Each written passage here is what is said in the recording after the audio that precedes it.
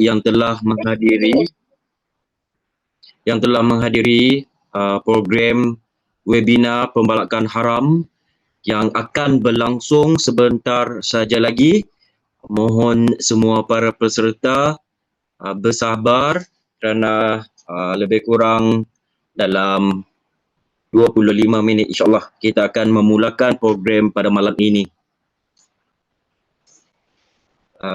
Mohon semua sahabat yang telah berdaftar di program ini untuk bawa diorang sama-sama masuk. Sebab dalam pukul 8.30 sekejap saja lagi kita akan memulakan program pada malam ini. Program pada malam ini mengambil masa lebih kurang dalam 1 jam, mungkin lebih ataupun kurang, tertakluk kepada soalan daripada para peserta. Terima kasih.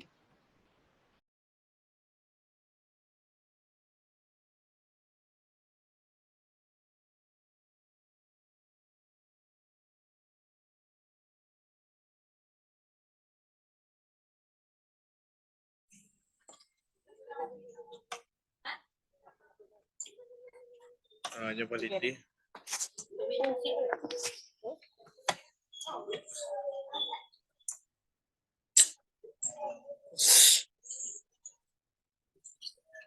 Oh.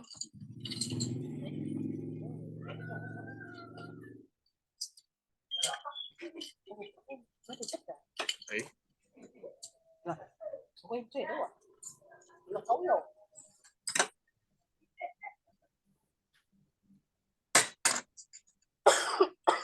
Dah dek. Dah lah. Hello. Cedok. Tes sound. Okey ke? Dengar. Boleh dengar, Tes Cik. sound. Boleh. Terima Jelas. kasih Pak dengar. Terima kasih. Sama-sama. Sound check satu kat Siti dengar tak?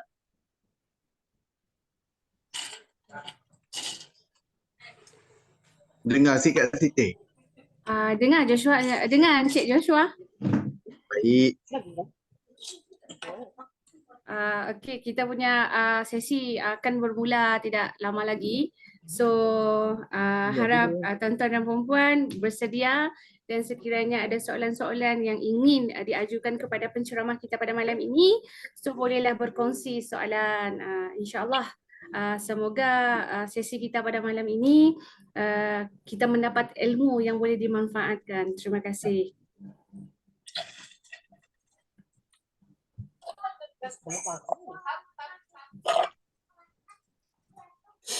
Yang ambil master.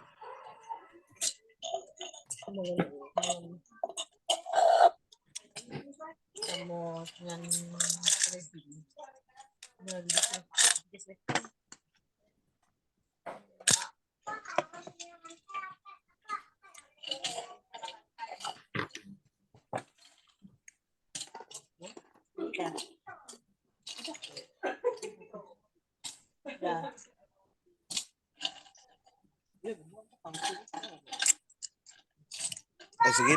Azgin FD siapa? PO. Kaida.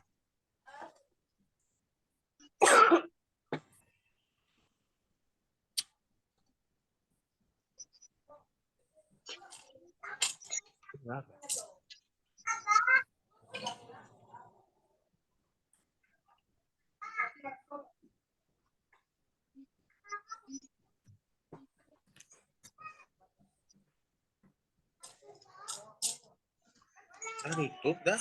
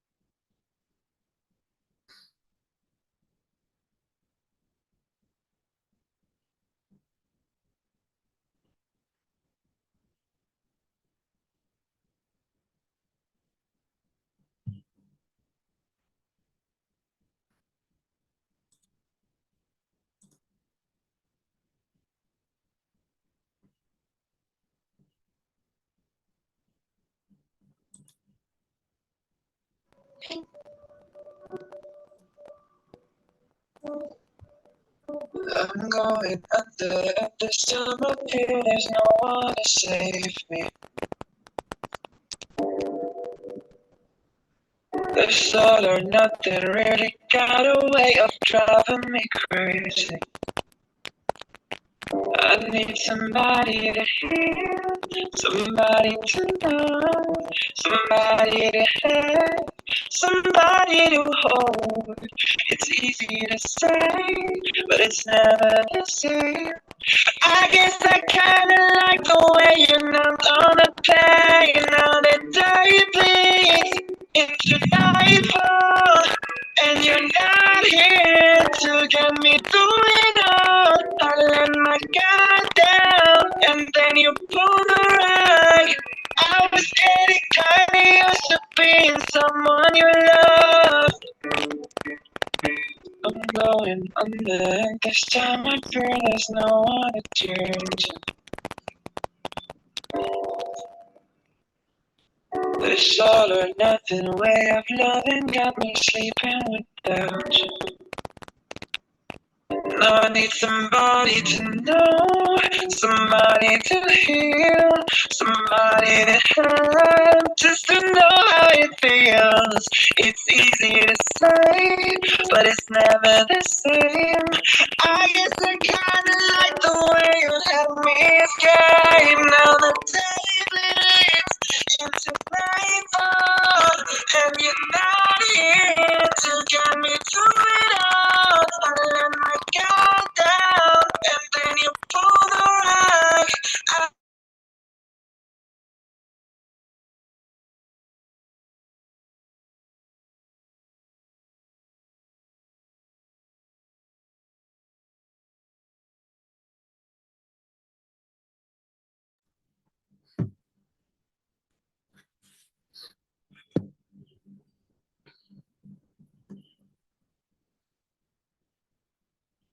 Into nightfall, and you're not here to get me through it all. I let my guard down, and then you pull the rug.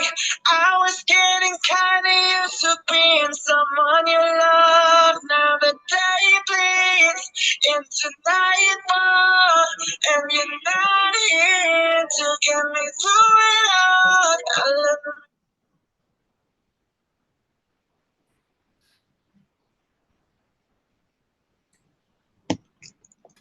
Baiklah, kita akan bermula sebentar saja lagi.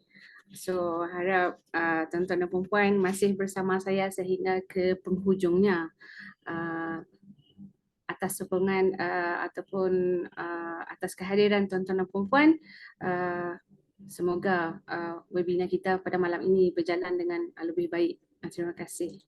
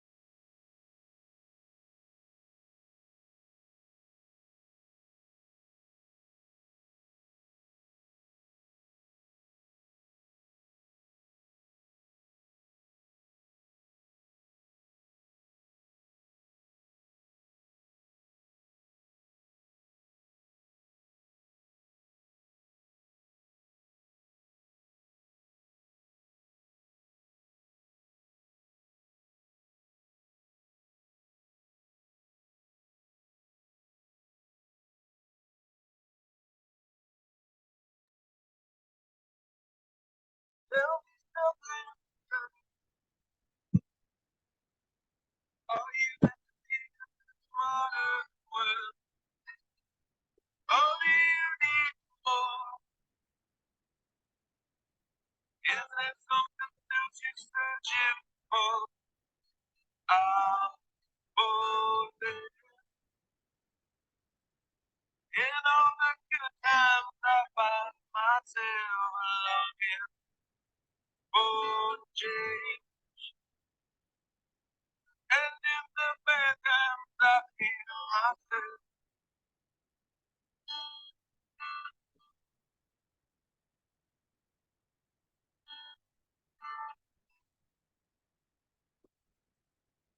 Tell me something more.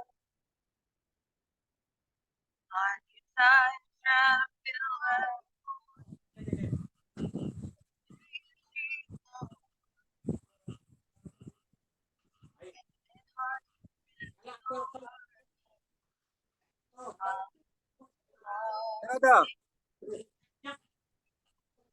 In all the good times, I find myself longing for change.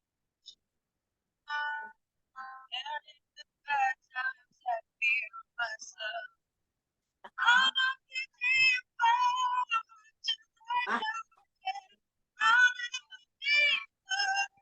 Bol veteran dah veteran. Patron. Drone.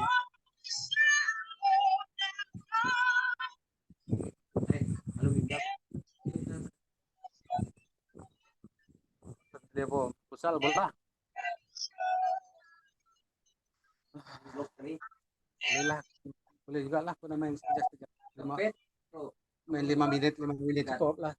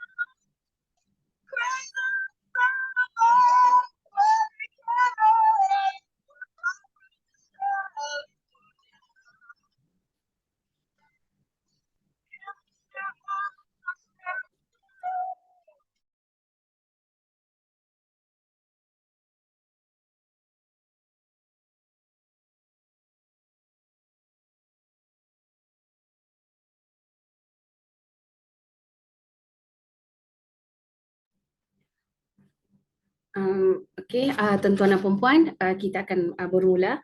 Okey, bismillahirrahmanirrahim. Alhamdulillahirabbil alamin wassalatu wassalamu ala asyrafil anbiya wal mursalin wa ala alihi wa sahbihi ajmain. Assalamualaikum warahmatullahi wabarakatuh. Salam sejahtera dan salam Malaysia Madani, tuan-puan yang saya hormati sekalian. Bersyukur kita kehadrat Yang Maha Kuasa dapat kita bersama-sama berkumpul dalam sidang webinar yang penuh barakah pada malam ini. Semoga kita sentiasa berada di dalam keberkatan dan keredaannya, insya-Allah. Baiklah. Bagi memberkati lagi sesi webinar kita pada malam ini, marilah kita bersama-sama menadah tangan mengaminkan bacaan doa yang dipimpin oleh saudara Encik Wan Rabani bin Wan Nuribhan. Dipersilakan Encik Wan Rabani.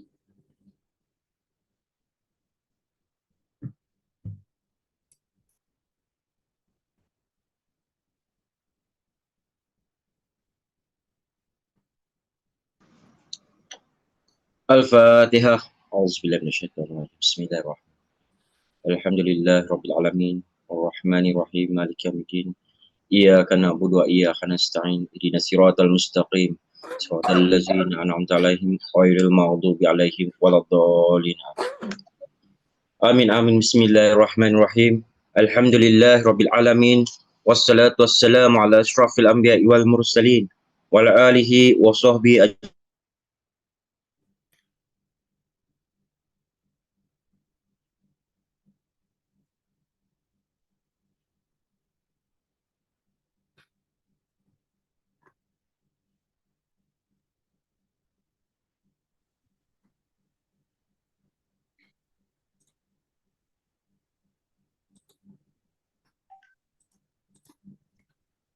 Maaf ya tuan-tuan dan puan, mungkin disebabkan saudara Encik Wan tu mempunyai masalah lain disebabkan di kawasan beliau agaknya dimiri hujan, mungkin ada masalah lain sedikit.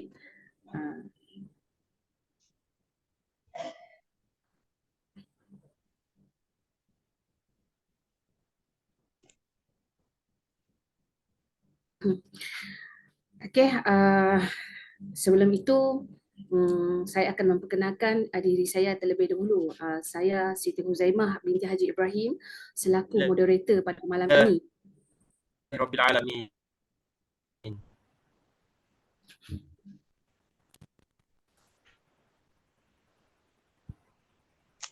Saudara Cik Wan.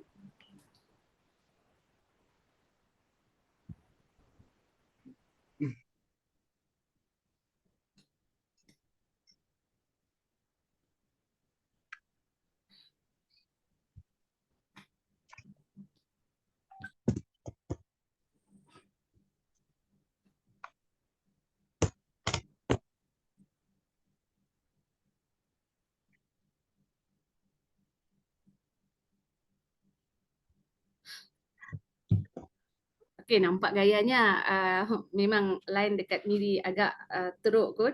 Tak apa, kita teruskan ke sesi kita. Okey, sebelum itu saya akan memperkenalkan diri saya terlebih dahulu. Saya Siti Huzaimah binti Haji Ibrahim selaku moderator pada malam ini dan akan bersama dengan Tuan Puan sepanjang webinar ini berlangsung. Untuk makluman semua, ini merupakan program anjuran kami pelajar UUM semester 4 Pusat Kuching.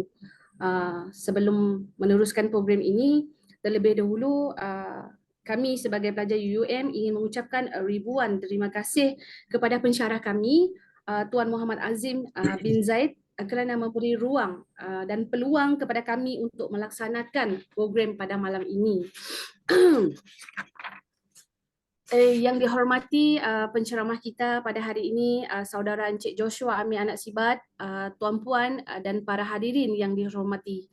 Alangkah eloknya sekiranya sebelum memulakan perbincangan ilmiah kita di webinar ini bersama penceramah kita, izinkan saya memberi sedikit bayangan atau kata kunci tentang tajuk yang bakal kita bincangkan pada malam yang mulia ini. Seperti yang kita tahu, sejak kebelakangan ini kegiatan pembalakan haram semakin berleluasa dan sukar untuk dibendung oleh masyarakat maupun kerajaan. Apa yang tuan-tuan dan puan-puan faham tentang pembalakan haram? Pembalakan haram merujuk kepada aktiviti pemotongan ataupun pengeluaran kayu yang dilakukan oleh pihak yang tidak bertanggungjawab tanpa kebenaran atau melanggar undang-undang di Sarawak. Kita bercakap ni adalah khususnya untuk di Sarawak. Oleh itu di Sarawak terdapat banyak kes pembalakan haram yang telah direkodkan dan jumlah yang tertinggi yang saya selidik sebagai contoh dalam antara tahun 2020 dan sehingga 2022 Sarawak telah merekodkan sebanyak 264 kes pembalakan haram. Tuan-tuan dan puan-puan, pada malam ini topik pembalakan haram inilah yang akan kita bincangkan bersama-sama dengan penceramah kita sebentar saja lagi. InsyaAllah hari ini kita akan bersama-sama menelusuri dengan lebih mendalam tentang pembalakan haram khususnya di Sarawak.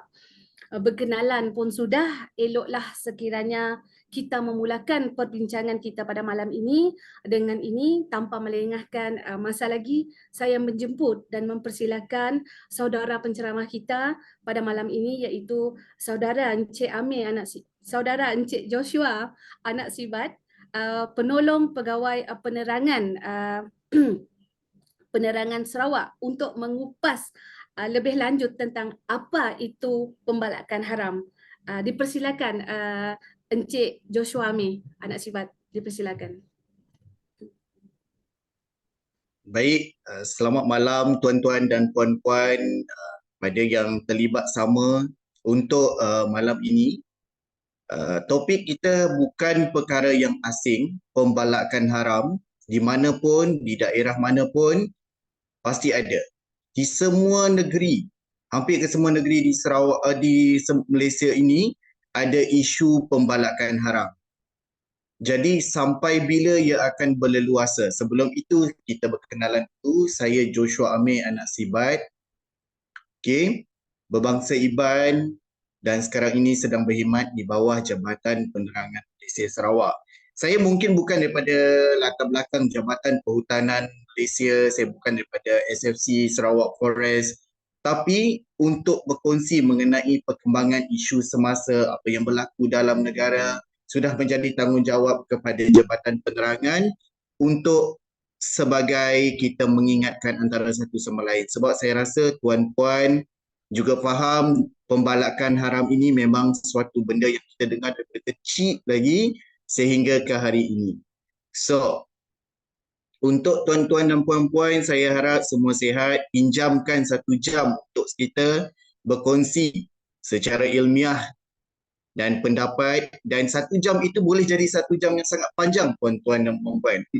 Kalau contoh tak ada orang yang bagi respon. Jadi untuk kita mengelakkan 1 jam itu panjang, kita buat momen ini sebagai momen bersua muka ataupun saling bertukar-tukar pandangan. Sebab tak ada betul ataupun salah, kita persilakan pandangan-pandangan tuan-puan juga ataupun berkongsi pengalaman di kawasan tuan-puan ada berlakunya ke tidak pembalakan haram. Boleh tak? Saya nak dengar ada tak suara daripada audiens kita.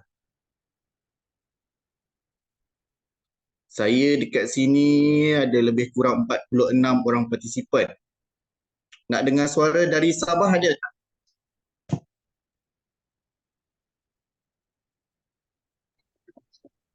Ada Ada ke cik, peserta? ada. Ada. Okey, kalau di Sabah ada juga isu pembalakan tak? Setakat ni teruk.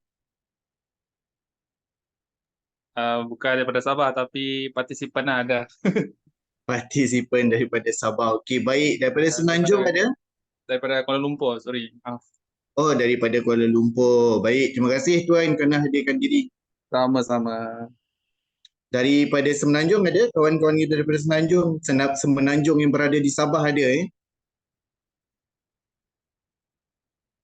Okey, tak apa. So kita teruskan kepada slide seterusnya. Okey, untuk pembalakan secara pendefinisiannya adalah semua aktiviti ataupun tindakan penerbangan, seretan, pemprosesan di tempat dan memuatkan pokok atau balak di atas lori. Maksudnya apa sahaja tindakan kita menerbang, kemudian kita heret, maksudnya kita pindahkan daripada lokasi asal sekarang ni ke lokasi seterusnya itu adalah salah satu proses kita memindahkan daripada tempat yang sekarang ini. Contoh, berada di Mukah, kita nak proses kilang di Sibu. Jadi, kita muatkan pokok itu ke atas lori. Itu merupakan definisi ke atas pembalakan. Dan untuk pembalakan haram, ianya adalah satu aktiviti pembalakan yang menyalahi undang-undang, iaitu menggunakan cara salah bagi memasuki hutan, pengeluaran tanpa kebenaran dan penerbangan spesies yang dilindungi. Kalau contoh dekat Malaysia ni, dekat Sarawak contohnya, kalau kita nak lakukan pembalakan ini, dia akan ada garis panduan yang dikeluarkan. Garis panduan itu menetapkan contoh syarikat ini hanya boleh keluarkan hasil balak untuk beberapa hektar yang telah ditetapkan, dan untuk jenis pokok yang ditetapkan ada yang ditanda mengikut kepada kematangan pokok itu. Kalau dia sudah matang baru boleh ditebang. Jadi, apa sahaja tindakan yang melanggar ni, kadang-kadang kita berlaku tamak. Kita ditetapkan 15 hektar contohnya untuk satu syarikat. Tapi dekat 15 hektar ni, dia tak cukup banyak tau hasil dia. Selepas itu yang ke-16 hektar itu baru ada banyak. Maka tindakan itu memotong, melakukan pembalakan sehingga ke-16 hektar melebihi radius yang ditetapkan, itulah yang menjadikan sebenarnya tindakan pembalakan itu adalah haram. Okey? Next slide. Okey. Yang ni saya nak pandangan semua. Adakah sebenarnya semua aktiviti pembalakan itu haram? Apa pendapat puan-puan? Maaf Semua Cik, itu boleh saya bertanya tak pasal slide yang sebelum tadi berkenaan dengan apa tarikh matang, tempoh matang ke tarikh matang sebuah pokok tu. Berapa dia ada betul. tu? Ada. Untuk sesebuah pokok itu diklasikan matang adalah 8 tahun ke atas usia dia. Pada usia 8 tahun ke atas baru sesebuah pokok itu diklasifikasikan matang. Sebab itu tindakan yang diberikan dalam garis panduan untuk sesebuah syarikat yang diberi mandat untuk melakukan pembalakan ini untuk menanam semula pokok. Sebab selepas anda tanam 8 tahun kemudian baru pokok yang ditanam itu boleh dituai semula hasil dia. Menjawab Baik, terima kasih. Baik. Okey. Yang ini persoalan dia, adakah semua aktiviti pembalakan itu adalah haram? Ada siapa nak kongsi pandangan?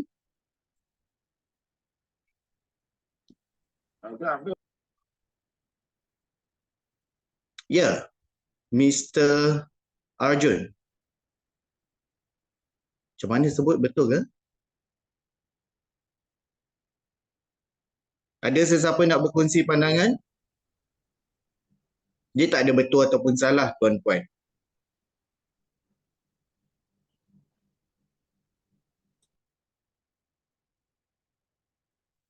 Oh, okey. Untuk urus setia, kalau ada soalan ataupun pandangan yang dikongsi menerusi chat, mungkin boleh tolong saya untuk baca?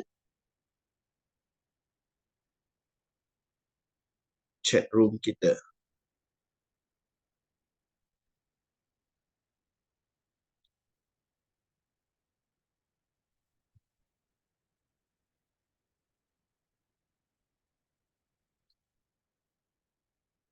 Okey. Ada tak yang nak berkongsi pandangan?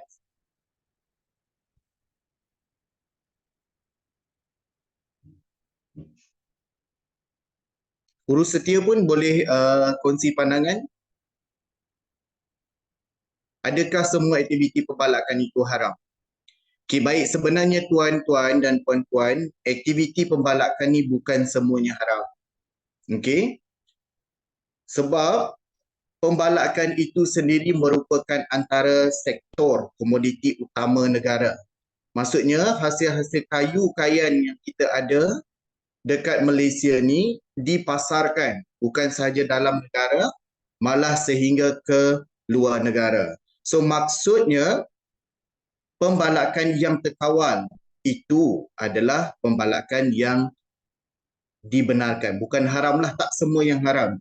Yang menyalahi undang-undang itu, yang melebihi radius yang ditetapkan itu, yang melaksanakan pembalakan tanpa lesen dan permit yang sah itu adalah tindakan haram. Okey? So untuk slide seterusnya. Okey. Persoalan seterusnya. Adakah pembalakan ini boleh ataupun tidak sebenarnya? Okey. Kita dengar dulu apa pandangan coretan yang kita ambil daripada YouTube. Boleh tekan link yang pertama, urus setia, pembalakan di Malaysia.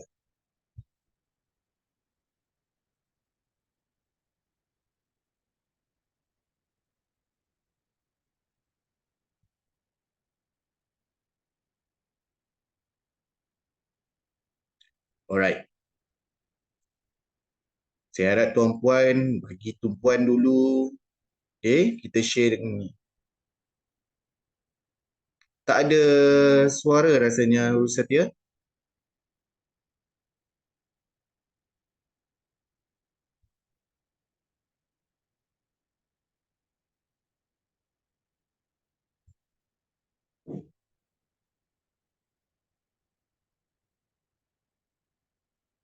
Masih tidak ada suara. Saya tak tahu tuan-puan boleh dengar ke tidak.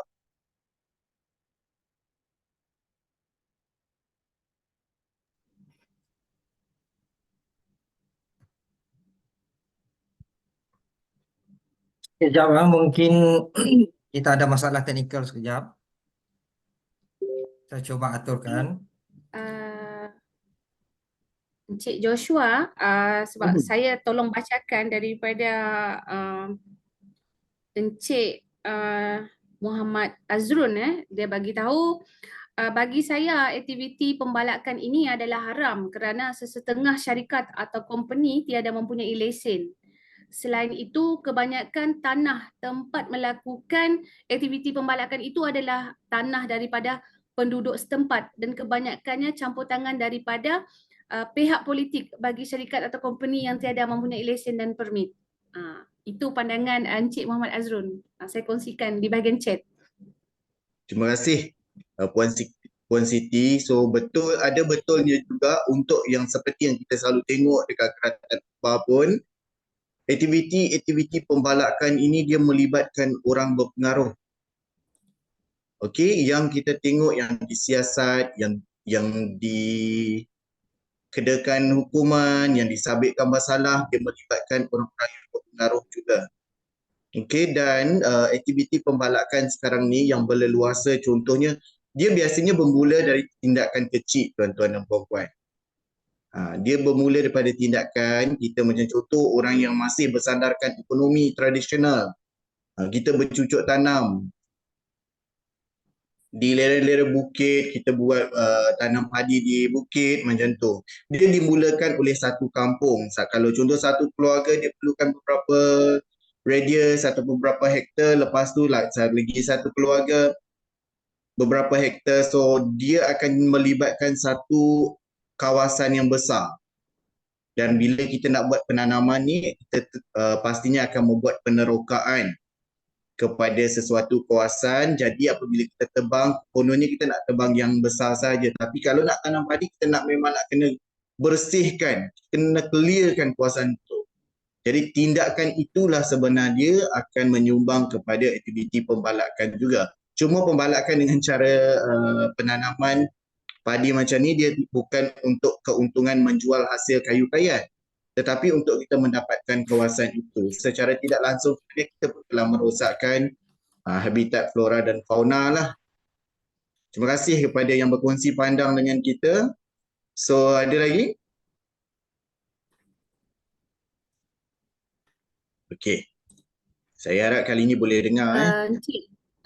Encik Joshua, Baik. bolehkah saya tahu apa perbezaannya pembalakan haram dengan pembalakan liar? Pembalakan haram dengan pembalakan liar.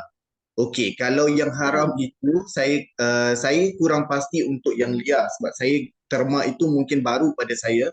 Tapi kalau kita boleh tengok setakat ini, maksudnya pembalakan yang haram ini adalah kawasan itu sebenarnya memang dibenarkan, radius yang sudah dibenarkan untuk kita membuat aktiviti pembalakan. Cuma dengan kawalan dan garis panduan. Tapi kalau yang liar itu saya rasa ada kawasan baru yang kita kena teroka. Contoh yang tidak pun, sekarang ni belum ada akses jalan, tapi disebabkan kita nak teroka tempat tu, kita dapat tahu kawasan ini boleh mendatangkan hasil kayu kayan. Jadi kita teroka yang baru, mungkin itulah yang dianggap sebagai kawasan ataupun aktiviti pembalakan liar. Saya harap menjawablah Puan Siti. Terima kasih Encik Joshua. Boleh, sama-sama. Okey, kita teruskan, Mat.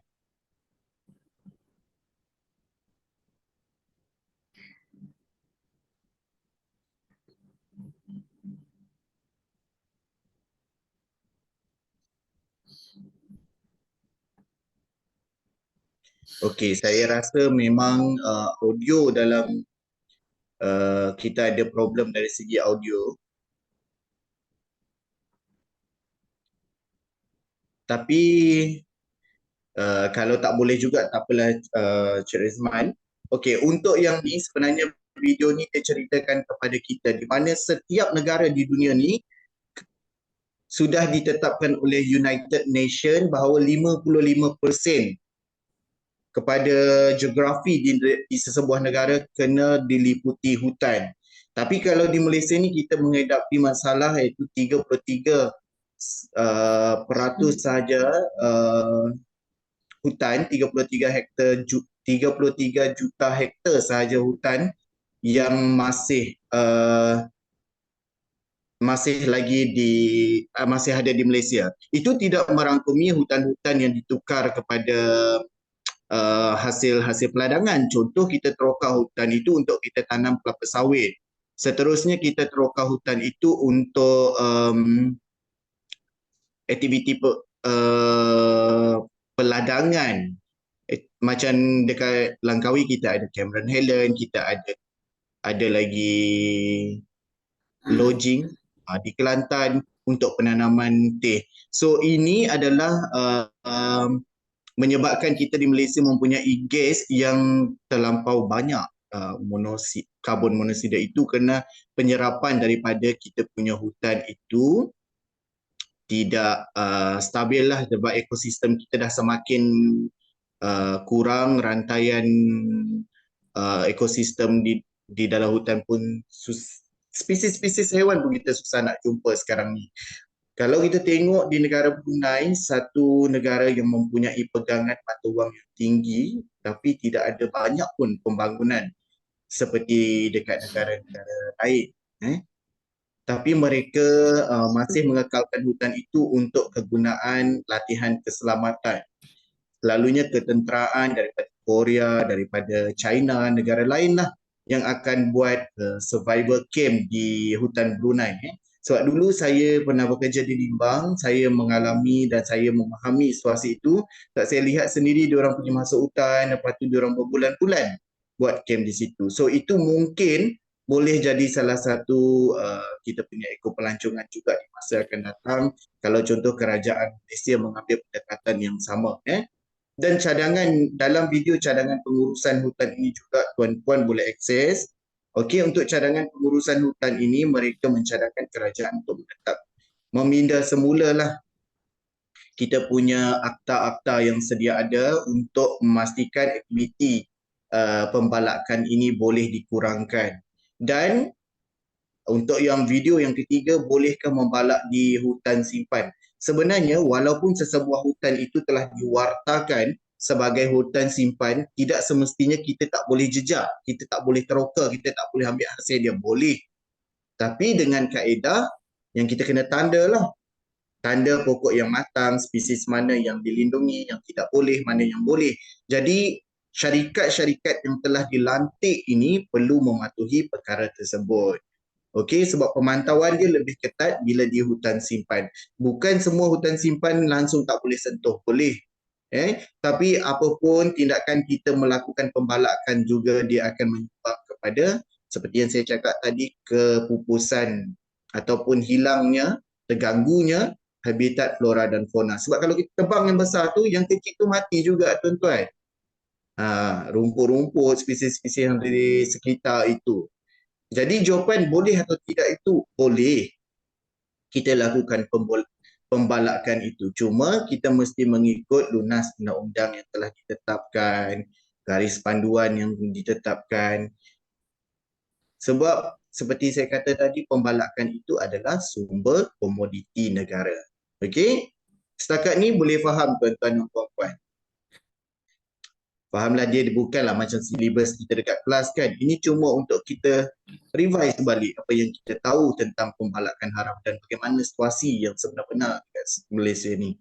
Nanti tuan-puan kalau dah habis sesi ini pun boleh juga tengok daripada sumber YouTube yang kita kongsi ni, link-link ni ataupun tajuk seperti saya bagi dekat atas ni.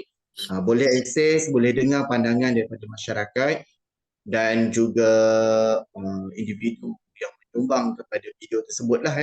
Okey, slide seterusnya. Okey, ini adalah faktor-faktor yang menggalakkan pembalakan.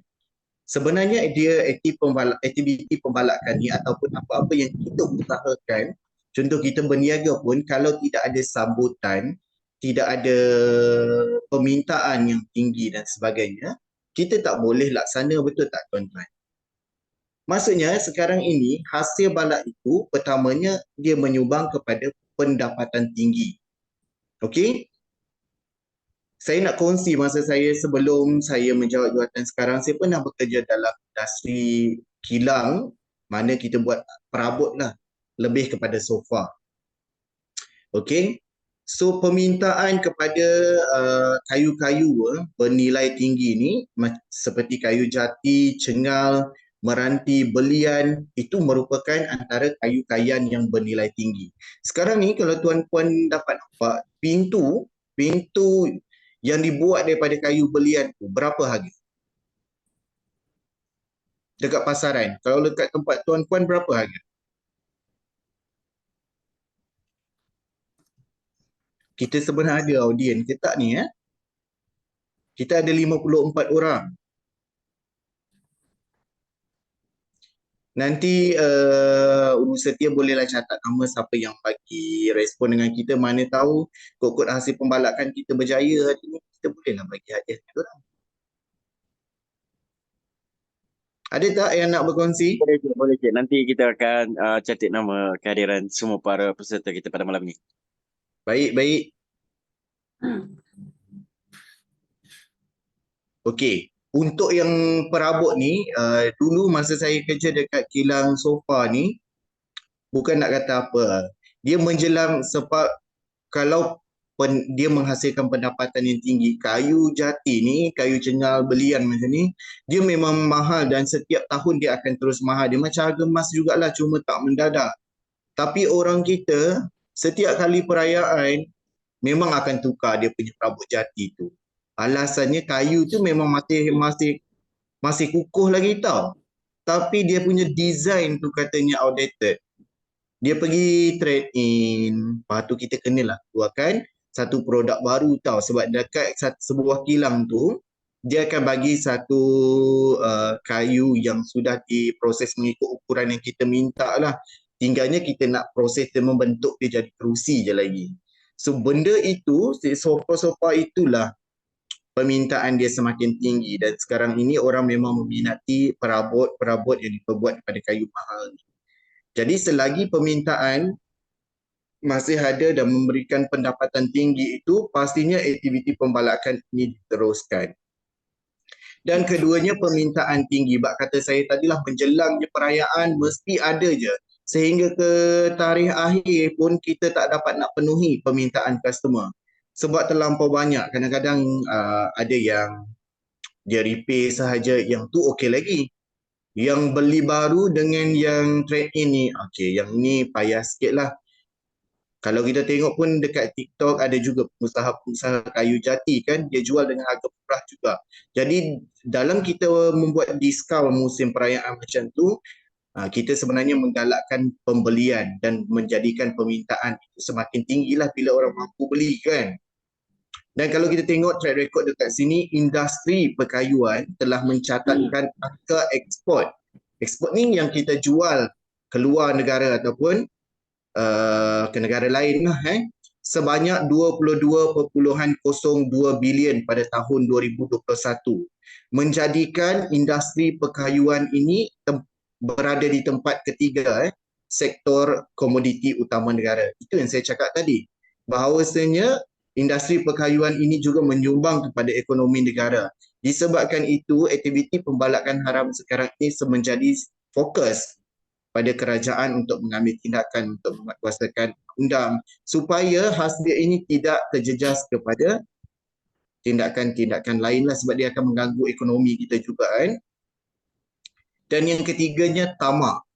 Yang tamak ini susah sikit lah sebab yang ini sikap individu. Undang-undang pun kadang-kadang mereka kebalah kepada pengusaha yang berlesen, tidak berlesen, mengambil hasil hutan, tidak mengikut lunas undang-undang ataupun garis panduan yang telah ditetapkan mengikut permit yang mereka ada. Kadang mereka sanggup upah pekerja indon, pekerja yang tak ada permit, menyumbang kepada isu-isu lain, nanti mewujudkan lagi rakan-rakan parti. Lepas tu kita bagi tak bayar gaji, diorang buat laporan, dia akan melibatkan pelbagai isu lagi, tindakan daripada pengusaha-pengusaha berlesen ni. Tapi sebenarnya bak kata rakan kita tadi, tindakan pembalakan ini sebenarnya banyak melibatkan orang berpengaruh. Kalau kita tengok ada je datuk kena tangkap, ada je kena siasat, ada juga yang disabitkan kesalahan. Sebenarnya apa yang berlaku dengan kita punya aktiviti penguatkuasaan undang? Itu persoalan dia kan. Jadi sikap tamak ni, kita balik sikap tamak ni sebenarnya susah kita nak ubah tuan-tuan dan puan-puan disebabkan individu punya. Siapa juga tak nak untung kan. Kalau kita dah dapat Sebab kata saya tadi, you diberi radius untuk meneroka sehingga 15 hektar contoh. Tapi bila yang ke-16 hektar tu yang lebih banyak kayu, of course you akan curi ambil sikit, 1 lori dulu, lepas tu macam lepas dia tindakan 2 lori. Nanti makin banyak lah. Tapi kalau nak ikutkan kepada penguatkuasaan undang-undang, kita nak alihkan, nak bawa hasil kayu ni, hutan ni, keluar daripada sesebuah hutan itu bukan menggunakan jentera kecil, jentera besar. Dan kalau mereka nak lari pun bukan lori boleh pecut. Tapi kenapa masih lagi boleh lepas? Mesti ada benda berlaku di sebalik tersebut kan? Yang itu saya bagi tuan-tuan boleh bacalah Kita ada banyak pelbagai kerata terbang. Nanti kalau kita kupas lebih dalam, ada individu yang kita akan sebut. Okey, tak apa. Seterusnya untuk kurang civic. Kurang civic ni tiada sense of belonging lah terhadap pengekalan bumi hijau. Sebenarnya tanggungjawab kita sebagai generasi baru ni, kita kena ada rasa tanggungjawab untuk mengekalkan hutan. Maksudnya kita kena ikutlah program-program yang telah dirancang, kempen yang ada sekarang ni. Seperti penghutanan semula. Di Sarawak ada tanam pokok berjuta dia kata. Okay, so sense of belonging itu, rasa kepunyaan itu perlu ada.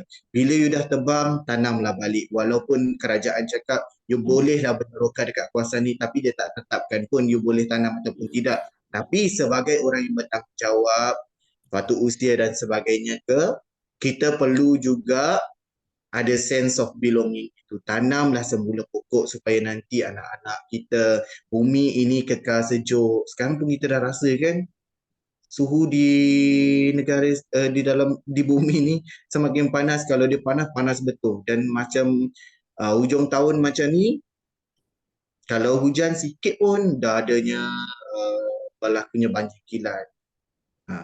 Jadi ini antara salah satu disebabkan oleh aktiviti pembalakan lah.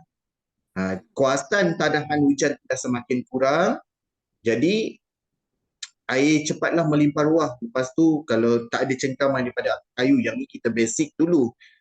Bahasa kita belajar sekolah rendah, kayu tu dia akan mencengkam struktur tanah. Bila tak ada, berlakulah landslide, tanah runtuh. Itu yang kita tak nak lah, dia akan menyumbang kepada bencana alam yang lain. Okey, selain itu sumber yang banyak. Ini menurut GWF, Malaysia kehilangan sebanyak 8.39 juta hektar daripada keluasan hutan bermula 2001 sehingga 2020. Sarawak sahaja menduduki tangga teratas. Sebabnya Sarawak mempunyai geografi yang luas, kawasan dia besar, satu semenanjung kot saiz dia. So dia berada di tangga teratas, 3.04 jumlah penurunan dia. Okay. Maksudnya Encik Joshua, maksudnya Sarawak ini masih kaya dengan hutan macam tu, maksud Encik Joshua? Betul, kita masih kaya sebenarnya. Disebabkan, ini yang mungkin antara faktor dia. Disebabkan banyak kawasan-kawasan kita yang belum lagi dapat akses jalan raya. So setelah akses jalan raya tu belum, so kita ada lagi hutan yang tidak diwartakan hutan simpan tapi masih menyimpan banyak khazanah hasil kayu-kayan. Okay, so seterusnya Sabah 1.67 juta hektar penurunan dia, dan diikuti negeri Pahang 1.15 juta hektar. Okay, dan setakat ini penguatkuasaan undang-undang kita boleh dikatakan tidak ketat. Bukan tidak ada penguatkuasaan undang-undang, ada je pasukan yang melakukan aktiviti penguatkuasaan undang-undang. Cumanya tidak ketat masuk di sini, belum mencapai dan belum dilaksanakan sepenuhnya Akta Perhutanan Negara 1984 atau 313 di Semenanjung Malaysia. Sebab itu di negeri Terengganu mereka menyuarakan agar akta ini dipindah semula. Pernah dibawa ke Parlimen kerana pada mereka penjenayah tidak takut pun dengan hukuman dan denda sedia ada. Mungkin mereka masih beranggapan hukuman tersebut ringan. Jadi mereka minta untuk adanya pindaan ke atas Akta Perhutanan Negara. Dan seterusnya di Sarawak kita ada ordinans sendiri, Ordinan Hutan 2015 bab 71, dan Sabah menggunakan Enakmen Hutan 1968. Okey. Okay, next slide. Encik Joshua, sebelum saya. kita ke next slide, Boleh. boleh saya bacakan pandangan dan soalan-soalan daripada audien Boleh, boleh. sebelum kita bergerak lebih jauh lagi ya. Boleh, Okey, boleh. ini pandangan daripada Encik Pilera. Beliau beritahu pada pandangan saya pembalakan boleh dilakukan tetapi perlu mematuhi undang-undang dan peraturan yang ditetapkan oleh pihak berkuasa. Saya percaya bahawa Malaysia memiliki dasar dan rangka undang-undang yang mengawal aktiviti pembalakan untuk memastikan kelestarian hutan dan alam sekitar. Pembalakan yang dilaksanakan secara berkelanjutan dan mematuhi garis panduan pemuliharaan hutan adalah amalan yang diterima. Walau bagaimanapun, pembalakan haram atau tidak sah yang merosakkan kawasan hutan yang dilindungi adalah dilarang dan bertentangan dengan undang-undang negara. Oleh itu, kebolehan pembalakan bergantung kepada pematuhan terhadap peraturan yang telah ditetapkan oleh pihak berkuasa seperti yang Encik Joshua maklumkan tadilah berkaitan dengan penguatkuasaan undang-undang. Okey, itu pandangan daripada Encik Pilera dan saya Terima kasih, baca Encik pandangan daripada Encik Natali Mawi, iaitu pada pendapat saya aktiviti pembalakan ini ada pro dan kon tersendiri. Dari segi ekonomi, aktiviti pembalakan ini mampu menyumbang kepada ekonomi negara dari segi ekspor dan import kayu-kayu. Hasil daripada aktiviti pembalakan tersebut. Begitulah pandangan daripada Encik Natali. Dan seterusnya soalan daripada Encik Ahmad Zulfaqar, dia bagi tahu upah yang lumayan antara faktor menyumbangkan pembalakan haram. Seperti yang Encik Joshua maklum tadilah. Betul. Okey, seterusnya daripada Uda. Assalamualaikum Tuan. Adakah terdapat rancangan atau inisiatif khusus yang sedang dijalankan untuk melibatkan masyarakat tempatan untuk melibatkan masyarakat tempatan dalam pemantauan dan pemeliharaan hutan? Mungkin Encik Joshua boleh menjawab dulu sebelum saya beralih kepada persoalan yang seterusnya. Boleh. Kalau tengok, saya sebenarnya peranan untuk merangi aktiviti ataupun kegiatan pembalakan ini di bawah bidang kuasa, bukan di bawah bidang kuasa persekutuan sahaja. Sebenarnya adalah lebih kepada tindakan kerajaan negeri. Jadi sesebuah negeri perlu mengambil tindakan mengikut apa yang mereka adalah. Kalau contoh dekat Sarawak, kita ada pasukan ranger hutan yang akan melakukan pemantauan. Dia ada beberapa kelas ranger lah. Ada yang, kalau saya tidak silap, ada ranger hutan, lepas tu ada pasukan gerakan am daripada polis, PGA, lepas tu polis hutan dan kita juga ada unit keselamatan dan penguatkuasaan Sarawak UKPS yang akan bersama-sama untuk membanteras aktiviti pembalakan di Sarawak. Dan ada satu lagi nama dia, saya lupa, yang dekat Sarawak juga untuk memastikan aktiviti pembalakan ini dilakukan secara baik. Aktiviti penguatkuasaan undang-undang. Tapi kalau contoh di Semenanjung, yang saya tahu di Terengganu dan Kelantan pun dia ada pasukan gerakan khas dia juga untuk memantau aktiviti seperti yang pernah gempar aktiviti pembalakan di Kelantan misalnya. Tapi pada ketika itu dimaklumkan yang aktiviti pembalakan di Kelantan itu mengikut lunas undang-undang hasil daripada pemantauan oleh pihak-pihak berkuasa ini. Okey, saya harap menjawab daripada siapa tadi Puan? Puan Siti, awak lupa buka awak punya mic. Okey, maaf Encik Joshua. Dari itu soalan tu tadi daripada Encik Uda. Agaknya soalan tersebut terjawablah sebab saya tengok pengupasan daripada Encik Joshua pun begitu mendalam dan masih lagi Encik Joshua, sekejap saya tengah scroll. Ada soalan lagi. Agaknya isunya agak hangat. Okey, daripada Encik Pilih Erak sekali lagi. Selamat malam tuan-puan. Saya sangat tertarik dengan topik pada malam ini, kata beliau. Bagaimana sistem pemberian kontrak dan lesen pembalakan diperolehi dan adakah proses ini transparent? Begitulah soalan beliau. Okey, untuk proses sebenarnya proses pemberian permit ini adalah dikeluarkan di peringkat kerajaan negeri. Jadi kerajaan negeri yang akan lantik siapa yang boleh membuat penerokaan. Kalau contoh dekat Sarawak, ada syarikat macam Samlin. Kita ada beberapa syarikat yang dilantik untuk melakukan pembalakan yang dibenarkan inilah mengikut tunas undang-undang dia. Okey, kalau saya tidak silap ada beberapa syarikat mengikut kepada perancangan negeri masing-masing lah. Kalau di Sarawak dia antaranya adalah Samlin, kita ada beberapa syarikat lain saya lupa, maaf, tapi kelulusan itu, permit itu dikeluarkan di peringkat kerajaan negeri sebenarnya. Okey, terima kasih Encik Joshua di atas jawapan daripada soalan tersebut. Okey, Encik Joshua, jangan beralih kepada slide yang lain pula. Kita masih ada soalan. Okey, kita teruskan daripada soalan. Okey, Boleh. soalan seterusnya daripada Encik Rosidi pula, Encik Joshua. Beliau okey, Assalamualaikum tuan. Sebagaimana yang kita tahu, penguatkuasaan tentang pembalakan haram ini sentiasa dilaksanakan. Namun hal ini masih lagi berlaku.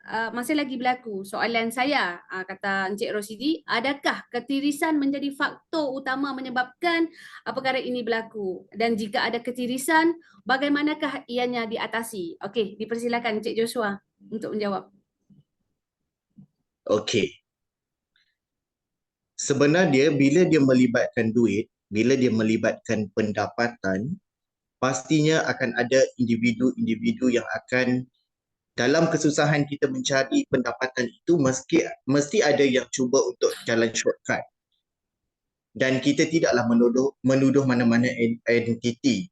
Berlakunya ketirisan itu boleh kita lihat daripada apa-apa kes-kes yang berlaku setakat ini apabila berlakunya laporan dibentangkan tentang laporan daripada agensi macam yang bertanggungjawab tentang pembalakan ini, memang adanya berlaku ketirisan dari segi kelulusan permit, siapa yang dibenarkan, individu yang terlibat, itu memang ada. Dan bagaimana tindakan seperti yang saya katakan tadi, kalau di Sarawak dia dah tubuhkan pasukan khas dia untuk membanteras perkara ini, dan setiap organisasi juga di bawah undang-undang ombudsman dan undang-undang negeri telah ditubuhkan UKPS, Unit Keselamatan dan Penguatkuasaan Negeri, untuk memastikan, dan juga kita ada unit integriti untuk memantau salah laku dari segi tindakan rasuah dan sebagainya kepada individu ataupun syarikat yang melanggar kepada mana-mana bentuk peraturan ataupun peruntukan yang telah diberikan. Contoh, permit hanya dibagikan kepada syarikat ini, tapi syarikat ini melantik syarikat lain, subkontrak, untuk dapatkan. Benda ini sebenarnya kalau dari sudut peruntukan undang-undang ataupun permit, jika dinyatakan tidak boleh diturunkan kepada subkon seterusnya, tapi disebabkan kita nakkan pendapatan yang tinggi, kita nak capai lebih banyak keuntungan itu, jadi kita lantiklah subkon untuk bekerja dengan kita. Tindakan itu sebenarnya salah, dan apa yang kerajaan buat, kerajaan negeri kalau di Sarawak, dia lantik pasukan khas dia melalui UKPS, dia ada juga ranger hutan dia ada juga pasukan gerakan ARM, lepas tu kita ada juga unit integriti di dalam setiap organisasi bagi memantau prestasi kewangan dan juga laporan berkaitan perkara-perkara tersebut, termasuklah aktiviti pembalakan. Okey, saya harap menjawab. Okay, terima kasih Encik Joshua di atas jawapan dan kupasan yang amat panjang lebar lah. Semoga soalan ini jawapan ini menjawab kepada soalan Encik Rosidi. Okey, kalau ada soalan-soalan lagi boleh diajukan secara terus ataupun boleh melalui chat group. Okey, Encik Joshua boleh teruskan seterusnya. Terima Baik, kasih. menarik Puan Siti ya. Ada ramai yang bagi respon bagi pada kita. Maksudnya berjayalah kiranya kita memberikan kesedaran. Maksudnya masyarakat kita masih sayang lagi pada bumi ni, hasil-hasil hutan. Okey, kita teruskan dengan Betul. kerangka perundangan yang setakat ini. Jadi kerangka perundangan yang kita guna pakai ini antaranya lah Seksyen 15 dalam Akta Perhutanan Negara menyebut berkenaan kesalahan mengambil hasil hutan dari hutan simpanan kekal, singkatan dia HSK, atau tanah kerajaan tanpa lesen yang sah. Seksyen ini menyatakan perkara satu, tiada seorang pun boleh mengambil apa-apa hasil hutan dari hutan simpanan kekal atau tanah kerajaan kecuali perkara 1 kurungan A di bawah kuasa suatu lesen, lesen ketir atau permit penggunaan, atau perkara 1 kurungan B mengikut mana-mana undang-undang bertulis lain. So maksudnya seperti yang soalan-soalan daripada tuan-puan tadi, apa sahaja lesen telah dikeluarkan kepada sesebuah syarikat yang dilantik, sama ada lesen kecil ataupun permit penggunaan atau mana-mana bentuk undang-undang bertulis lain yang membenarkan ke atas penerokaan sesuatu kawasan, sama ada untuk pembangunan ataupun peladangan dan sebagainya. Jadi syarikat yang dilantik itu terpaksa mengikut garis panduan yang telah diberikan. Okey, next slide. Apa jadi kalau mereka melanggar peraturan? Okey, kita tengok pada slide seterusnya. Okey, masih di bawah seksyen yang sama tapi perkara 2, mana-mana yang melanggar subseksyen 1 melakukan suatu kesalahan dan apabila disabitkan boleh didenda tidak melebihi RM500,000. RM500,000 kalau kita hasil yang kita jual, kalau contoh 10 tahun dia dah buat, dah berjuta dia dapat. Sebab tu rakyat kita di Semenanjung, rakan-rakan kita di Semenanjung, bukan juga di Semenanjung saja, di Sarawak juga merasakan sama, bahawa denda ini tidak cukup kepada pengusaha-pengusaha tindakan pembalakan haram. Mereka dah lama dah keuntungan. Okay, RM500,000 dan dipenjarakan selama tempoh tidak kurang daripada 1 tahun tetapi tidak melebihi 20 tahun. Kalau di Semenanjung dulu seingat saya dia maksimum 7 tahun. Tapi sekarang ni telah dipindah bahawasanya maksimum 20 tahun penjara. Tapi yang denda berbentuk kewangan ataupun duit itu mereka tak puas hati, mereka nak 5 kali ganda. Maksudnya 5 juta sehingga ke 5 juta mengikutlah yang telah ditetapkan ataupun yang telah disabitkan di mahkamah. Dan Seksyen 40 Akta Perhutanan Negara pula menyatakan tentang kesalahan memindahkan hasil hutan tanpa pas memindah. Maksudnya you tidak ada pas tapi still juga you mengangkut barang-barang. Contohlah kita diberi kepercayaan untuk buat sekolah. Okey, tapi tengok banyak hasil kayu kaya boleh dituai. Buatlah kau tim sesama kawan-kawan, sewa lori besar, adalah kegiatan-kegiatan tanpa pas untuk memindah. Sayang katanya sebab you kena clear satu tapak itu untuk you bina sekolah tapi ada juga hasil-hasil kayu. Tapi you pergi pindahkan. Jadi itu maksudnya you memindahkan tanpa pas daripada tanah beri milik, tol, lombong dan tanah rizab. Seksyen ini menyatakan tiada seorang pun boleh memindahkan apa-apa hasil hutan dari mana-mana. A, tanah beri milik, tanah di bawah lesen pendudukan sementara, tanah lombong atau tanah rizab. Jadi ianya dibolehkan melainkan jika dia adalah pemegang suatu lesen pemindah. Barulah mereka dibenarkan untuk memindahkan hasil hutan tersebut. Okey, kalau mereka langgar, hukuman dia sama dan denda dia juga sama. Iaitu jika disabitkan bersalah boleh didenda tidak melebihi RM500,000 dan dipenjarakan selama tempoh tidak kurang daripada 1 tahun tetapi tidak melebihi 20 tahun. Okey. So inilah yang antara bentuk undang-undang yang kita pakai di Malaysia lah. Dan seterusnya slide. Cik Joshua, maaf saya menyelit sekejap sebab boleh. saya ada nampak soalan daripada Encik Muhammad Azrun Azim, Okay. Muhammad Azrun Azim. Okey, soalan saya Tuan, sekiranya pembalakan itu dilakukan di atas tanah penduduk setempat dan bukannya tanah kerajaan dan ia dilakukan secara haram, apa tindakan pihak berkuasa untuk mengatasi masalah tersebut? Dan kebanyakannya kes ini diklasifikasikan rasuah kerana kebanyakannya company dan syarikat yang melakukan pembalakan akan memberikan poket tepi ataupun rasuah supaya tiada tindakan yang akan diambil kepada company atau syarikat yang melakukan pembalakan yang haram tersebut. Soalan daripada Encik Muhammad Azrun Azrin. Dipersilakan Encik Joshua untuk menjawab Baik. dan mengupas Soalan agak menarik tersebut. ni. Okey, Ya, soalan banyak agak soalan. menarik. Kita malam ni tidak mengantuk sebab banyak soalan-soalan daripada audien. Agaknya Betul. isu-isu ni amat baiklah untuk kita bentangkan malam ini. Ya, Encik Joshua Okey, dipersilakan. betul. Okey, menjawab kepada Encik Azmi, ini saya kongsikan pengalaman di kawasan saya, which is di tempat saya di Julau. Berlakunya pembalakan haram ini dan apa tindakan. Setahu saya dulu ada sekumpulan yang membuat laporan, dia kalau di peringkat individu ataupun tidak melibatkan orang berpengaruh, mungkin laporan itu bak kata kita tidak laku. Tidak laku bukan bermaksud tidak diambil tindakan, akan diambil tindakan susulan selepas laporan. Tetapi disebabkan kalau satu ataupun dua orang saja membuat laporan, mungkin orang beranggapan kita kurang tahu tentang selok-belok mengapa berlakunya pembalakan tersebut di situ.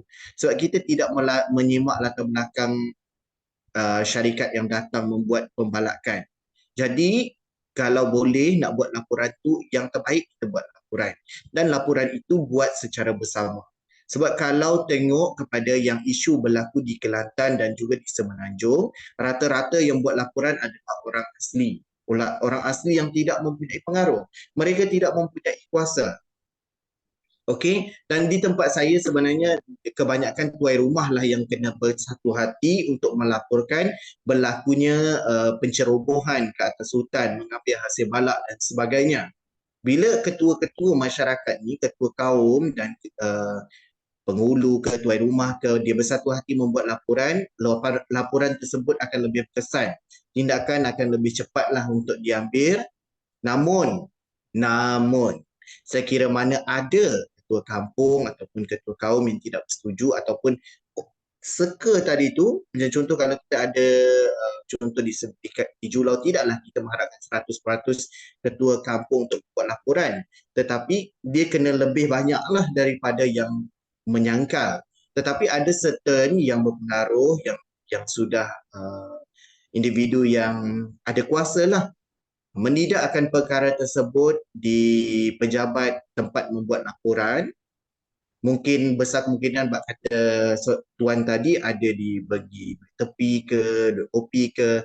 Jadi perkara itu susah untuk diambil tindakan sebab ada gerombolan yang bersetuju untuk membuat laporan, untuk melakukan siasatan, dan ada juga segerombolan menyatakan perkara itu adalah legal ataupun dibenarkan. Dan perkara ini dia untuk mendapatkan pertimbangan dia agak lama sikitlah masa yang diambil kalau di kawasan saya yang saya masukkan ni.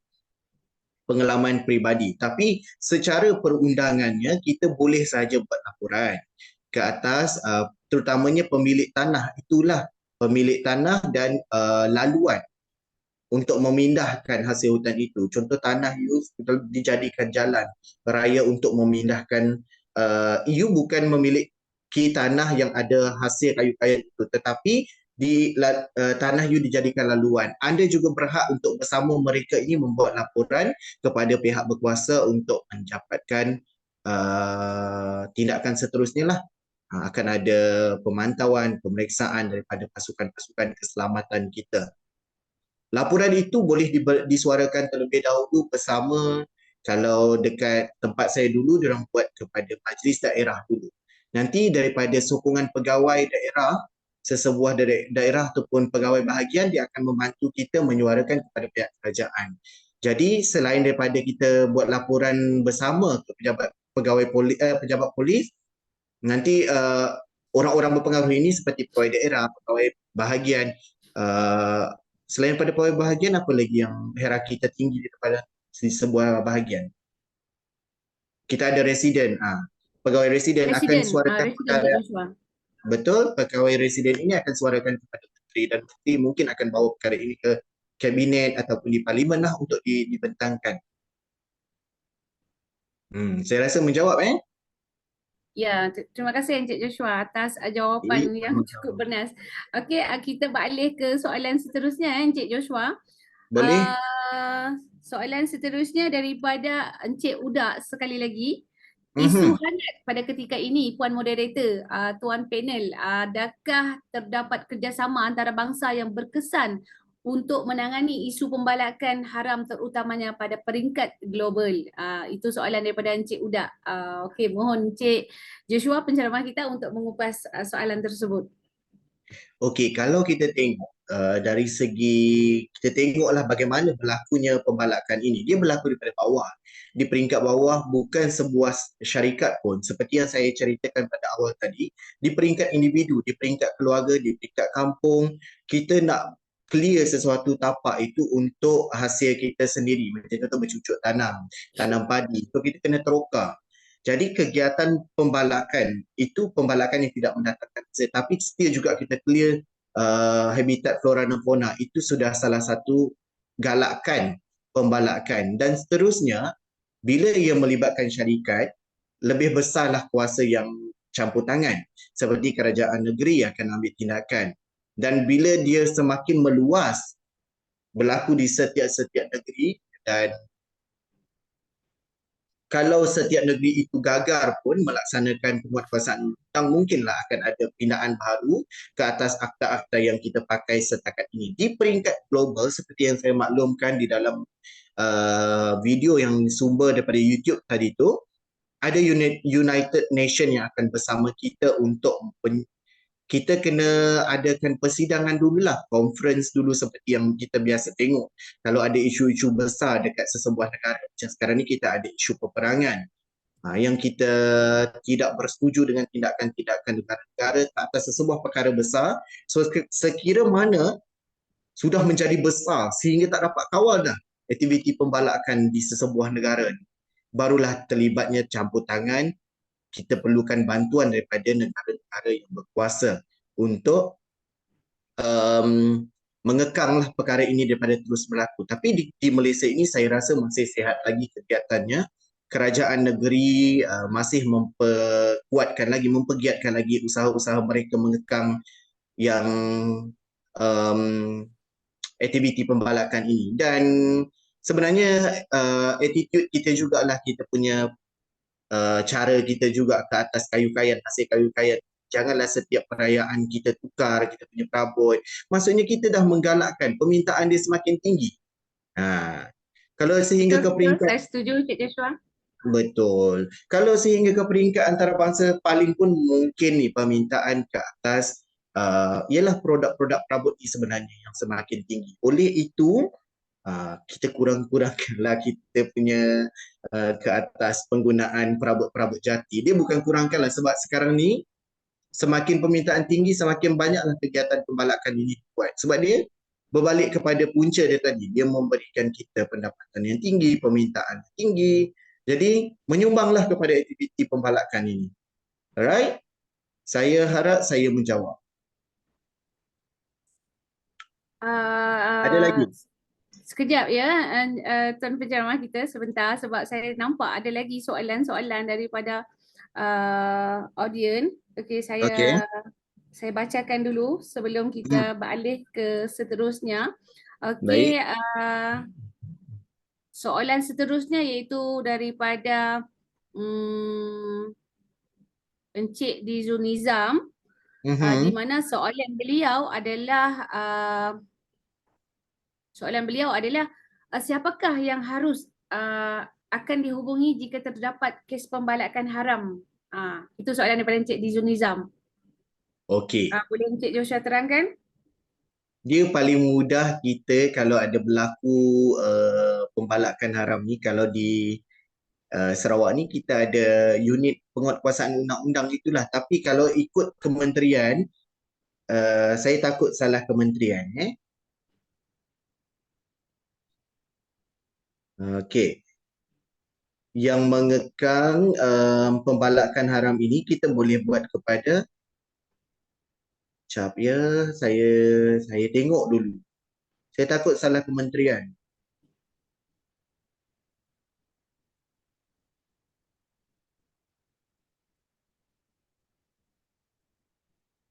Kalau ikutkan dekat sini, ini pada tahun 2022 kita ada kementerian di bawah menteri bertanggungjawab dia Menteri Sumber Asli, Alam Sekitar dan Perubahan Iklim. Okey, untuk kita buat laporan lah ke atas perkara-perkara tersebut. Itu adalah menteri bertanggungjawab dia. So pastinya di bawah kementerian dia jugalah Menteri Sumber Asli, Alam Sekitar dan Perubahan Iklim. Kalau di Sarawak di bawah Menteri Sumber Asli kita siapa di Sarawak?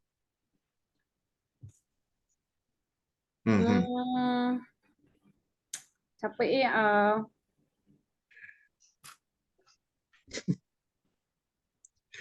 bukan apa tu bukan bukan Siapa? kita punya Datuk Petinggi Datuk Petinggi Tan Sri Amang Johari Tunopeng. Bukan. Bukan. Oh mohon maaf Cik Joshua. Menteri Sumber Asli kita Timbalan Premier Sarawak. Oh, Datuk Ahmad Douglas Ugah. Datuk Amar Awang Douglas Tengah. Ugah. Oh, Awang Tengah. Awang Tengah Ali Hassan. Oh. So semestinya kita akan laporkan ke bawah kementerian mereka dahulu. Mungkin laporan yang kita buat kepada Kementerian Sumber Asli itu kita kena sertakan daripada laporan polis juga. Oleh itulah seperti saya cakapkan tadi, berdasarkan pengalaman di kawasan saya, kita libatkan orang berpengaruh, pegawai daerah, pegawai bahagian ataupun presiden untuk bersama-sama kita menyuarakan perkara ini supaya dia lebih didengari ya. Sehingga ke peringkat parlimen. Okey? Okey, betul. Saya rasa menjawab. Okey, Encik Joshua, kita ada 3 lagi soalan yang perlu saya bacakan. Soalan seterusnya daripada Encik Vaving. Soalan saya tuan, sekiranya pembalakan haram berlaku tidak tahu pihak berkuasa, bagaimana kehidupan habitat di tempat pembalakan itu tidak jauh daripada kampung atau perkampungan pedalaman? Apa yang akan berlaku? Itu soalan daripada Encik Vaving. Oh, maksudnya kalau pembalakan itu berlaku di kawasan pedalaman terjadi dengan habitat flora fauna macam tu ke? Ya, betul. Dan berlakunya pembalakan tersebut pihak berkuasa tidak tahulah. So soalan beliau, bagaimana kehidupan habitat tersebut? Begitu. Okey, betul. Bila berlakunya pembalakan ini sebenarnya aktiviti penerokaan kepada sesebuah kawasan. Bila berlakunya aktiviti pembalakan seperti ini, apa yang kita boleh buat? Perancangan itu apabila kata saya wakil rakyat ataupun wakil kepada sesebuah perkampungan macam tuan rumah kena bawa perkara ini apabila dia pergi berjumpa ke pejabat daerah. Jadi pejabat daerah nanti akan bantu dia untuk dibawakan dalam mesyuarat tahunan mereka tentang aktiviti perkembangan aktiviti, program ataupun apa-apa sahaja benda yang berlaku di kawasan beliau. So, di peringkat pejabat daerah ataupun pejabat residen, mereka boleh rangka aktiviti pemantauan. Aktiviti pemantauan itu kalau contoh kita buat di bandar senang sebab ada laporan. Pak kata tuan tadi kalau di kawasan luar bandar, mungkin aktiviti pemantauan kita boleh gunakan drone ataupun guna helikopter untuk kita melihat sendiri. Adakah kawasan-kawasan yang tidak dirancang untuk dilakukan penerokaan tetapi ada aktiviti pembalakan tersebut di situ. So bila adanya aktiviti pemantauan melibatkan teknologi canggih macam ni, akan lebih mudahlah untuk kita mengesan dan jenayah ini tidak berleluasa lah. Lagi soalan seterusnya? Okey, soalan seterusnya daripada Encik Izul. Soalan saya tuan, sekiranya orang awam menjumpai berlakunya pembalakan haram, siapakah yang patut dihubungi untuk mengatasi pembalakan haram yang semakin berleluasa? Agaknya sebenarnya soalan ni tadi sudah dijawab. Tapi mungkin Cik Betul. Joshua boleh ulang semula. Okey, kementerian yang bertanggungjawab adalah Kementerian Sumber Asli dan seterusnya seperti yang saya cakap, kalau nak buat laporan tu mungkin kita boleh kepilkan sekali dengan laporan polis yang kita dah buat dan bersama dengan pejabat daerah, pejabat residen untuk membantu kita menyuarakan kepada orang yang lebih dekat ataupun wakil rakyat kita.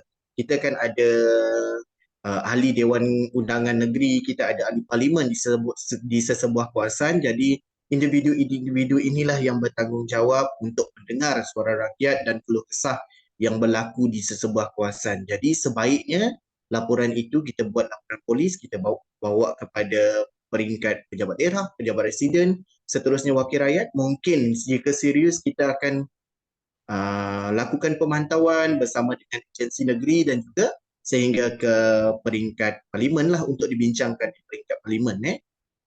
Lagi soalan? Ada lagi soalan? Soalan yang terakhir Baik. daripada Encik Muhammad Azrun Azhim.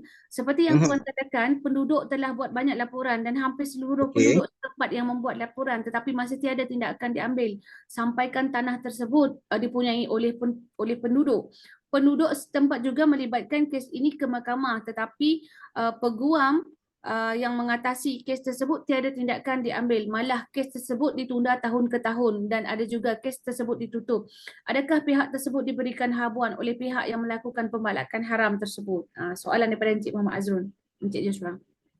Okey, baik. Sebenarnya kalau ada berlakunya, sebenarnya tindakan itu sudah betul, buat laporan dan sehingga dibawa ke mahkamah lah, ataupun peguam yang bertanggungjawab sudah mengenal pasti perkara-perkara tersebut dan laporan, sehingga pastinya sebelum kita bawa ke kes itu melibatkan peguam dan ke mahkamah, ada laporan polis dulu dibuat. Maksudnya pihak berkuasa tu telah pun kita diberi kesedaran bahawa berlakunya perkara itu di tempat tersebut. Cuma yang perlu kita semak latar belakang sama ada tanah itu pun sudah dipindah milik ataupun pemilikan tanah itu sebenarnya bagaimana. Yang kita tidak sedar mungkin, okey, ini berbalik kepada perusahaan di kawasan saya, di mana tuai rumah perlu bersetuju ke atas kawasan di Julau itu untuk dibangunkan menjadi ladang kelapa sawit. Okey, kalau tuan-puan pernah tengok, pernah juga kecoh di media sosial, bahawasanya orang di Julau sana tu pada mulanya mereka bersetuju tanpa melihat kepada impak kesan jangka panjang. Tapi setelah perkara itu nak dibuat, penerokaan itu nak diteruskan, ada segelintir tidak bersetuju disebabkan mereka sedar benda itu dipersetujui bukan semua, dia separuh orang sahaja. Jadi dalam situasi ini saya kira mungkin ada individu yang telah bersetuju memberi kelonggaran kepada sesebuah syarikat untuk membenarkan mereka melakukan pembalakan, sehingga yang tidak ada kuasa ni lah dia yang sedihnya, anak jati, orang kampung yang memiliki tanah tak ada kuasa sebenarnya untuk menyuarakan, tetapi mereka boleh dikatakan mangsa kepada keadaan lah, tiba-tiba mereka punya tanah diusahakan, diberikan bala. Jadi saya harap kawasan tersebut jangan berputus asa untuk orang-orang pemilikan tanah. Sekira mana anda berada di landasan yang betul, anda tahu hujung pangkalnya, anda dah semak bahawasanya itu adalah tanah anda, so dia sebenarnya tindakan yang boleh diambil selain daripada laporan untuk menyedarkan pihak berkuasa. Kita ada gambar selepas itu. Okey, kita pergi ke next slide.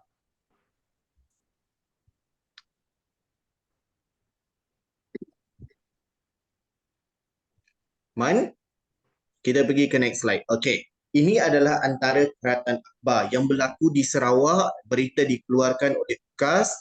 Pembalakan kayu balak haram, dua pihak mengaku bersalah. Berlaku di Sibu, okey.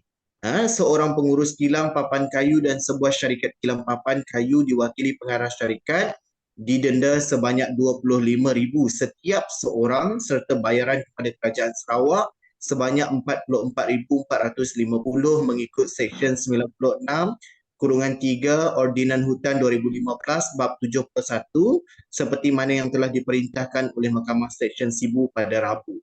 Ini pun kes yang berlanjutan lama dia. Inilah hasil daripada penguatkuasaan di peringkat negeri. Nampak membuahkan hasil. Dan pada tahun ini juga dilaporkan pada Mei 24, 2023, Sarawak rekod 264 kes pembalakan haram. Okey.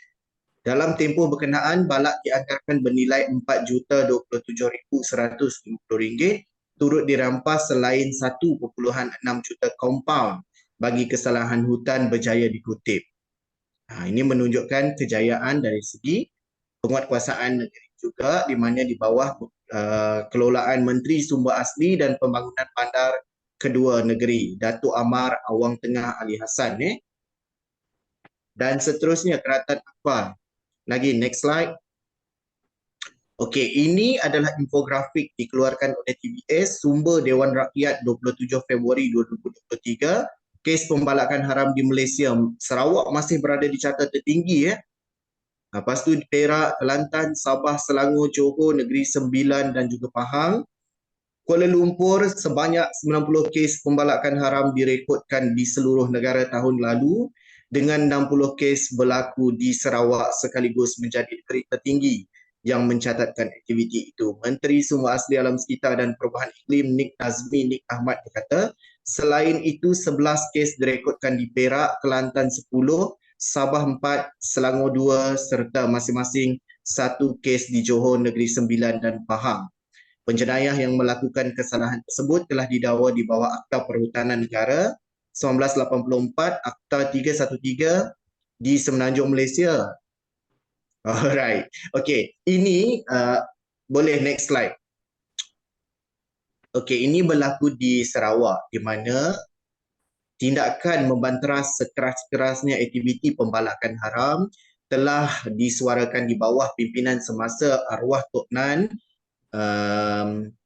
menguatkuasakan semula undang-undang aktiviti pembalakan haram. Start daripada itu, bermula daripada itu, rakyat Sarawak sudah berbangga dengan pelbagai aktiviti pencegahan yang dilakukan dan banyak aktiviti balak yang boleh yang dibongkar pada ketika itu dan sehingga kini di bawah pimpinan Premier Sarawak sekarang pun masih giat lagi, malah beliau tumbuhkan lebih banyak pasukan gerakan am dan juga unit keselamatan dan penguatkuasaan negeri, ada ranger hutan lagi untuk menguatkuasakan perkara ini. Okey, dan seterusnya. Encik Joshua, Ya, saya. kita sebenarnya kesuntukan masa. Okey. Adakah saya rasa agaknya masa dah begitu panjang, mungkin kita boleh beralih kepada kesimpulan kerana masa terlalu cemburukan kita sebab banyak soalan daripada audien-audien tadi, mungkin kita dah gap kita dah terlepas, so mungkin mohon Cik Joshua membuat kesimpulan lah. Baik. Sebenarnya kita ada lebih kurang, saya pinjam dulu Puan Siti 10 minit saja lagi. Okey, yang ni kita ringkas saja. Okey, slide ini adalah kesan-kesan kepada pembalakan haram. Jadi pembalakan haram seperti kita tahu, kesan pertama dia peningkatan suhu. Seperti yang kita kupas tadi, dia juga menyumbang kepada kepunahan flora dan fauna, hakisan tanah, kemusnahan kawasan tadahan air, perubahan landscape dan pencemaran alam sekitar. Okey, next slide. Kita percepatkan ya. Okey, alright. Ini dia menjawab kepada soalan-soalan rakan kita tadi. Tindakan siapa sebenarnya? Okey, ia adalah di bawah tindakan seperti selain daripada Kementerian Sumber Asli, dia juga di bawah Jabatan Perhutanan. Kalau di Sarawak, kita ada Sarawak Forestry Corporation, SFC, Perbadanan Kemajuan Perusahaan Kayu Sarawak, SPIDC, Hardwood Timber, kita ada Polis Diraja Malaysia, kita ada Angkatan Tentera Malaysia, Polis Marine dan Suruhanjaya Pencegahan Rasuah Malaysia.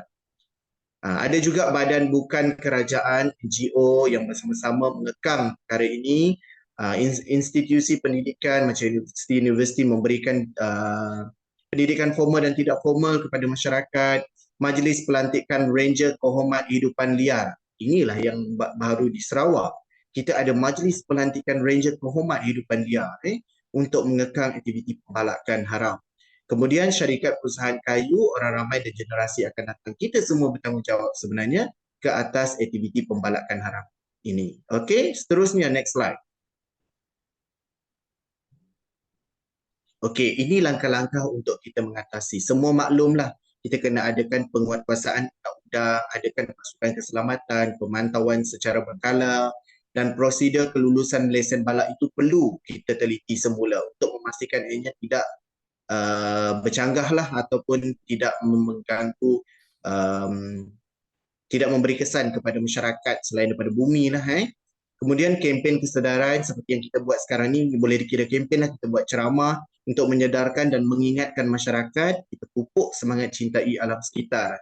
Dan seterusnya meningkatkan pengawasan oleh pihak berkuasa, kerajaan, perlu adakan pasukan keselamatan, agensi bertanggungjawab dan teknologi pemantauan terkini melibatkan pemantauan daripada satelit, drone dan lain-lain.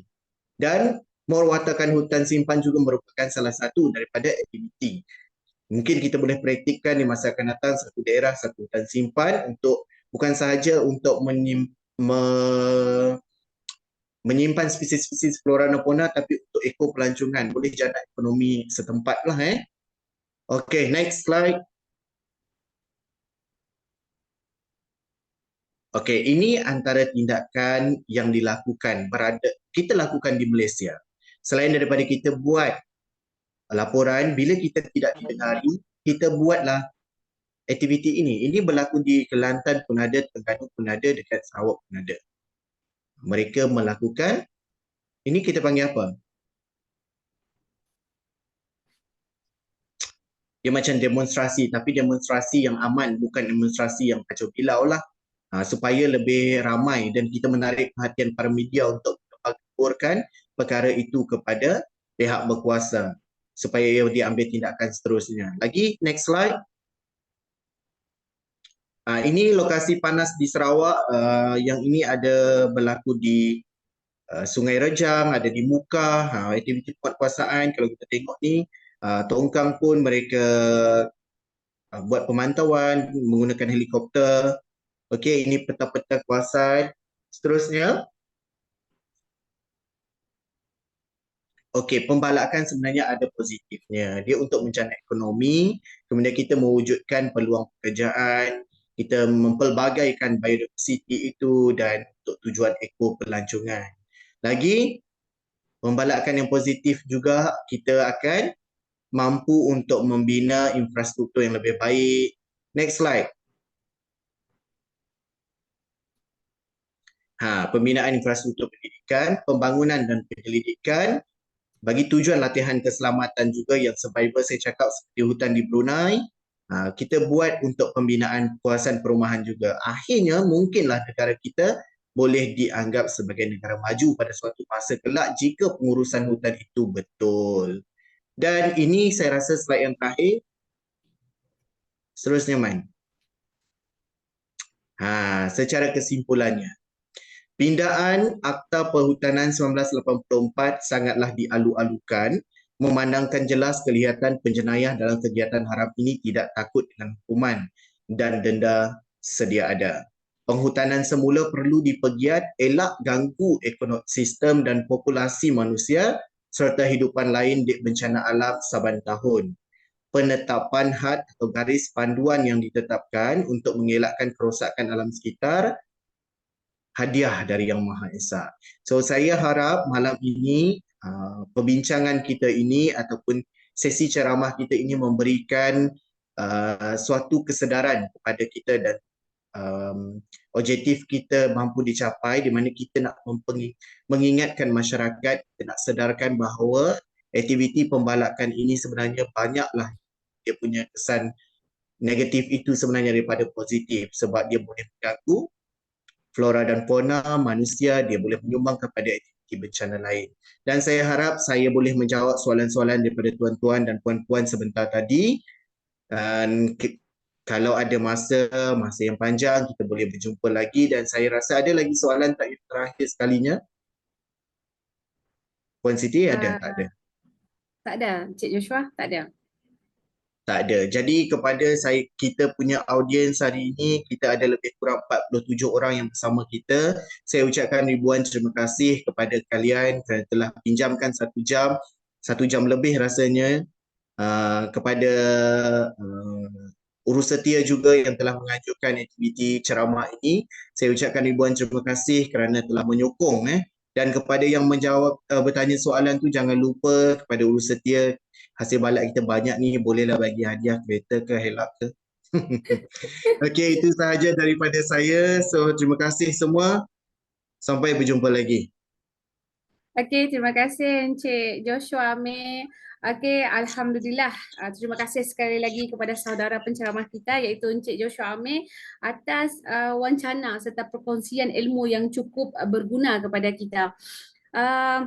Begitu mantap sekali ya penerangan dan kupasan isu kita pada malam ini sehingga masa mencemburui kita pada malam ini.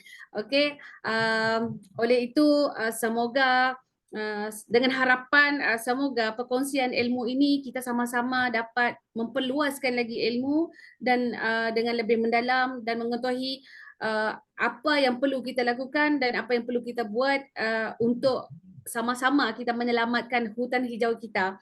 Okey, sebelum saya mengakhiri sesi webinar kita ini, saya mewakili pelajar UUM mohon maaf di atas kesulitan. Ialah maklumlah kita di antara menua-menua yang berbeza, di mana kesulitan lain ataupun kekurangan yang lain saya mewakili, mohon maaf. Okey, saya akhiri webinar kita dengan sebuah pantun. Saya pun sediakan sebuah pantun untuk tuan-tuan dan puan-puan. Dari Kuching ke Pekan Marudi, beli swasta di Pasar Miri. Selesai sudah tugas diberi, di lain masa bersua lagi. Wabillahi taufik wal hidayah. Wassalamualaikum warahmatullahi. Cuma saya mohon tuan-tuan dan puan-puan jangan live dulu. Mungkin kita boleh on kamera sekejap untuk kita mengambil satu gambar kenangan. Dipersilakan, mohon tuan-tuan dan puan-puan sekejap saja kita ambil sesi gambar untuk tanda kenang-kenangan. Oh, okey. Mana tahu lain masa nanti kita berjumpa lagi ya Encik Joshua. Boleh. Sampai berjumpa lagi. Minta rakan-rakan kita sama-sama buka kamera, bolehlah ambil gambar. Dah ke Urus Setia? Okey, terima kasih. Belum. Belum. Maaf sekali lagi mohon tuan-tuan dan puan-puan joinlah kita ambil gambar tanda kenang-kenangan. Sebab kita nampak malam ni Encik Joshua begitu ramai audien yang masuk. Sehingga kan mereka menghantarkan mesej memaklumkan bahawa masalah lain di kawasan masing-masing. Yelah, almaklumlah saya pun berada di pelusuk Betong dan sahabat kita yang berada di Miri dan berbagai-bagai sehingga di Melaya, di Semenanjung Malaysia yang mendengar webinar pada malam ini. Apa sekalipun kita berbanyak-banyak terima kasih di atas sokongan tuan-tuan dan puan-puan walaupun lain tidak membenarkan kita bersama pada malam ini, namun saya masih menghargai di atas sokongan tuan-tuan dan puan-puan. Terima kasih. Selesai Urus Setia? Dah. Settle. Okay, Terima kasih semua. Terima kasih semua. Sama-sama.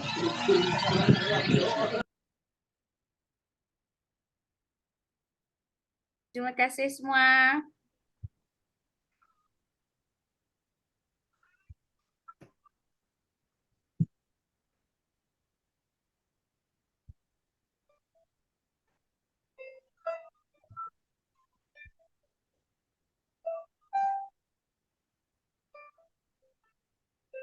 Nak saya bagi pantun lagi kah? Kalau ada sumur di ladang, boleh kita menumpang mandi.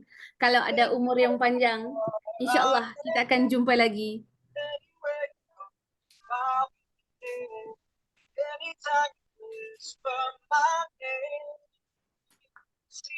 Encik Joshua, mungkin kalau kita berjumpa di Kuching, mungkin kita boleh sembang lagi. Mana tahu ada isu-isu lain yang boleh kita kupaskan, di antaranya sebagai kata orang perkongsian ilmu lah Encik Joshua. Boleh, jangan lupa Roger saya.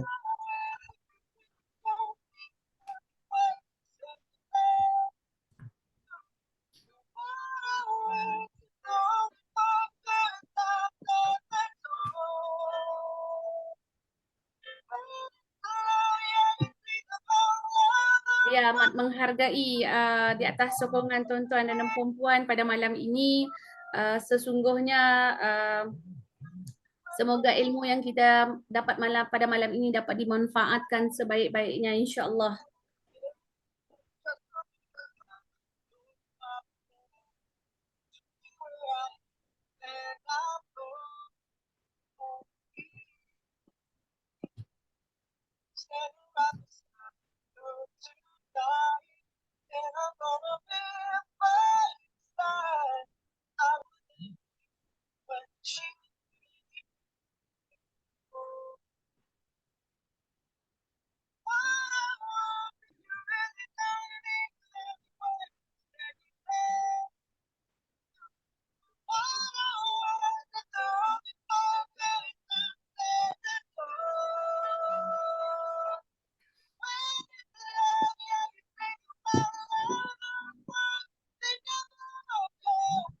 Sesi webinar kita dah ke penghujungnya. Terima kasih banyak-banyak tuan-tuan dan puan-puan. Mungkin tuan-tuan dan puan-puan boleh berehat. Selamat malam. Selamat beristirahat. Mohon kepada semua para peserta yang hadir pada malam ini untuk mengisi borang penilaian akhir bagi laporan akhir tugasan kami sebagai pelajar pendidikan jarak jauh Universiti Utara Malaysia. Terima kasih semua.